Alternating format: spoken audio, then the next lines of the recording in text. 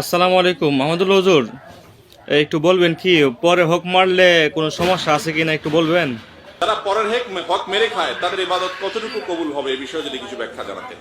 ভাই, পরের হক যদি কেউ মেরে খায় আর এই লোক ইবাদত বন্দেগী করে, ইবাদত বন্দেগীতে তার আমল নামা কিন্তু বাড়তে থাকবে। কোরআন হাদিসে কোথাও নাই যে পরের হক মারলে তার ইবাদত আমল নামা যুক্ত হবে না, এরকম কথা কোথাও নাই। আপনি পরের হক মারেন, অন্যের সম্পদ আইল ঠেলেন, অন্যের টাকা মেরে দেন, অন্যের টাকা আত্মসাৎ করেন, গম চুরি টিন চুরি করেন, অন্য আরো কিছু চুরি করেন, করে আপনি অর্থ আত্মসাৎ করতে থাকেন।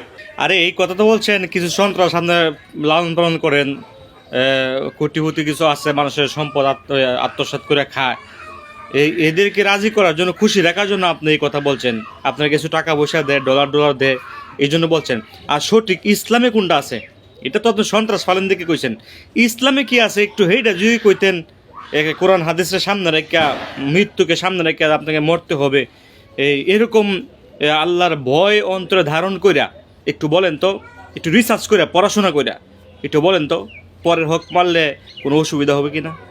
পরের হক খেয়ে ইবাদত করলে ইবাদত কবুল হবে কিনা, পরের হক মেরে দিয়ে যদি ইবাদত করেন এই ইবাদত আল্লাহর কাছে কি হবে না, কবুল হবে না। আচ্ছা, আপনি যে এই কথাটা বললেন, এখন এই কথার উপরে কোনো দলিল আছে কিনা একটু বলেন। দলিল আছে থাকলে দলিল পেশ করেন। ইন্নাল্লাহা তাইয়্যিবুন লা ইয়াকবালু ইল্লা তাইয়্যিবা। আল্লাহ রাসূল সাল্লাল্লাহু আলাইহি ওয়াসাল্লাম বলেছেন, আল্লাহ তাআলা নিজে পবিত্র, তিনি গ্রহণ করেন শুধুমাত্র পবিত্রগুলো, অপবিত্র হারামটা তিনি গ্রহণ করেন না। আরেকজনের গরু আপনি চুরি করে এনে কোরবানি দিয়ে দিলে সওয়াব হবে?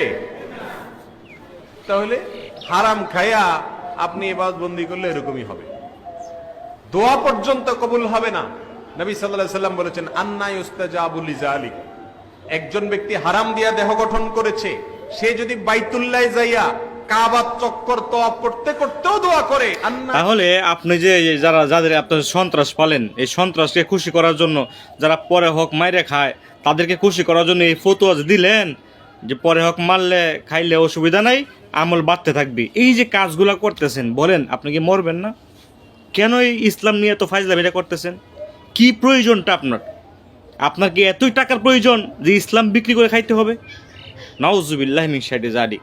আল্লাহ পাক যেন আপনার মতো এরকম ইসলাম বিদ্বেষী, নবী বিদ্বেষী শায়েখদের হাত থেকে সরল মনা মুসলমানদেরকে যেন আল্লাহ পাক হিফাজত করেন।